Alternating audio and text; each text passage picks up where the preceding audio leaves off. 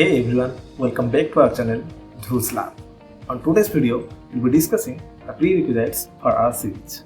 The first thing first, you should have a laptop with Linux installation with a version of 22.04.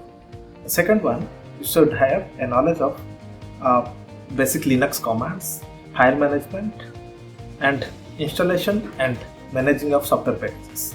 Then the third thing is you should have knowledge of C++ and Python programming. The fourth one is you should have basic knowledge of networking, where you should know what exactly IP, SSH and basic knowledge of networking. And the fourth one is the version control. You should have basic knowledge of Git commands and the workflow. Apart from this, the most important thing required is your interest and lots of enthusiasm. Thank you.